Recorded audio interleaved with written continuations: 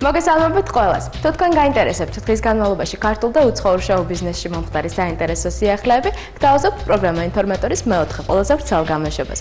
თავდაპირველად ქართული ამბები გავიგოთ, შემდეგ კი უცხოეთშიც გადავინაცვლოთ. ასე რომ უახლოესი 20 წუთის მანძილზე თქვენ გაიგებთ რითი იყო საინტერესო დღევანდელი დღე კინოსა და მუსიკის ისტორიაში.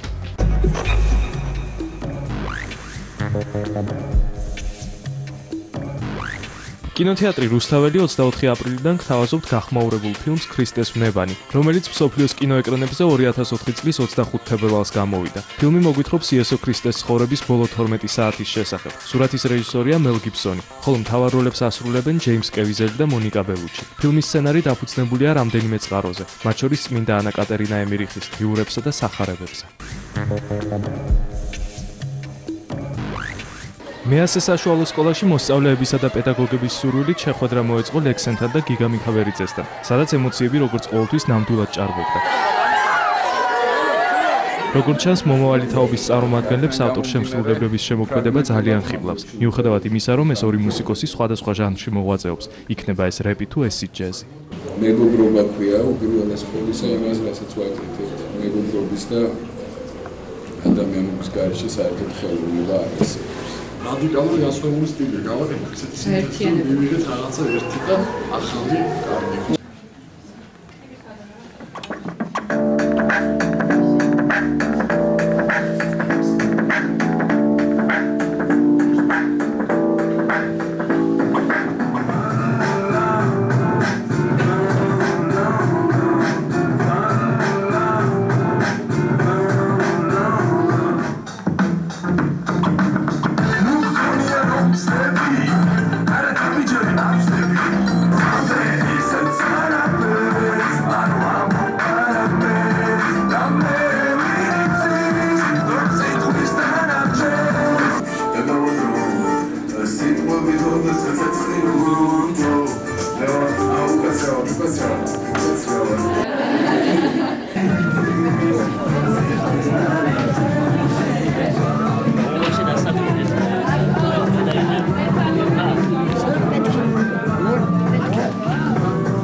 უფრო შემიყვარდა ორივე, რა თქმა უნდა, დღევანდელი შეხვედრის შემდეგ. პირველ რიგში მომწონს, იმიტომ რომ თავიანთი ტექსტი ბღერია, პირველ შეუძლია და არა ისე რომ ვიღაც დაუწერს მუსიკას ტექსტს, ისე იმღერებენ, ესე ჯობია, რა თქმა უნდა, ჩემი აზრით და ძალიან მომეწონა ორივე, რაღაც კი, უმეტესი ბავშვები ვერ ნახეს და ძალიან გული დაწყდათ, მაგრამ იმედია კიდე გვესტუმრებიან და უფრო ნაყოფიერი გამოვა შემდეგი შეხვედრა. ჩემთვის ეს შეხვედრა ძალიან მნიშვნელოვანი იყო, რადგანაც უფრო გავიგე, შინაგანად გავიცანი და რაღაც უფრო მეტი სიმპათიები გამიჩნდა მათ მიმართ და აუცილებელია ესეთი შეხვედრები. ძალიან გამიხარდა, ორივე ძალიან მიყვარს და კარგი იქნება თუ მეორეჯერაც მოვლენ. ძალიან მიყვარს ლექსენი და გიგა მიქავერიძე. ორივეს დიდი პატივს ვცემ და მადლობელი ვარ რომ მოვიდნენ სკოლაში. დაუბრუნდი ბავშვობაში. მე ისედაც არ მაკლია ბავშვური ვარ ისედაც ნატურით და სიამოვნებს ყველა ბავშვთან ურთიერთობა. ვწუნდები რომ მე მგონი მოდის ის ჯანსაღი თაობა, რომლებიც მართლა დააფასებენ ადამიანების დააფასებენ მათ და რაღაცას გამოასწორებენ და გააკეთებენ, თუ კი რამე გამოსასწორებელი და გასაკეთებელი არის. მე მგონი ბევრი რამე გამოსასწორებელი.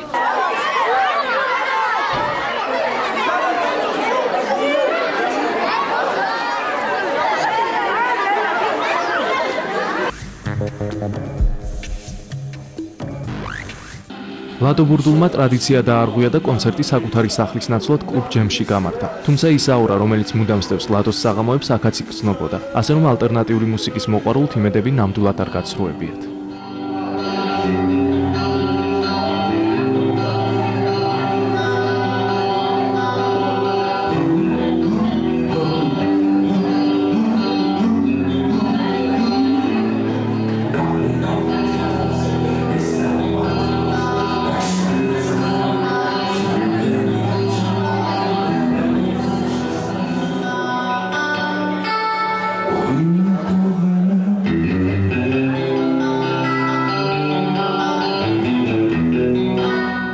დღევანდელი დღე განსხვავებულია იმით, რომ ეს კონცერტი იმართება არა უშუალოდ ლადოსთან სახლში, არამედ იმართება უკვე აი აქ რაღაც გახსნილად, ასე ვთქვათ, შეძლო ყოველს მოსვლა, ვინცაც აინტერესებს ალტერნატიული მუსიკა და შესაბამისად გასცნობოდა ლადოს მუსიკას, რასაც იგი აკეთებს დღესდღეობით.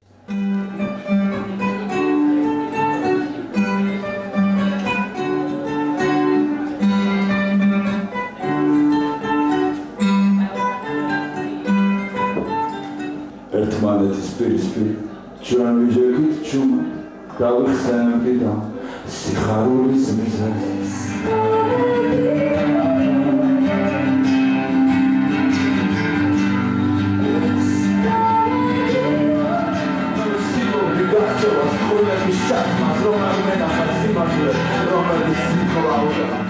ლადო მაინც ყოველთვის ლადო არის და მის კონცერტებზე ყოველთვის ისეთი რაღაც სხვანაირი გზნობა მეუგეუფლება ყველას არის, ვინც აქ ალბათ. დღეს განსხვავებულია იმით, რომ უბრალოდ ლადოსთან არ ვარ ცოტა.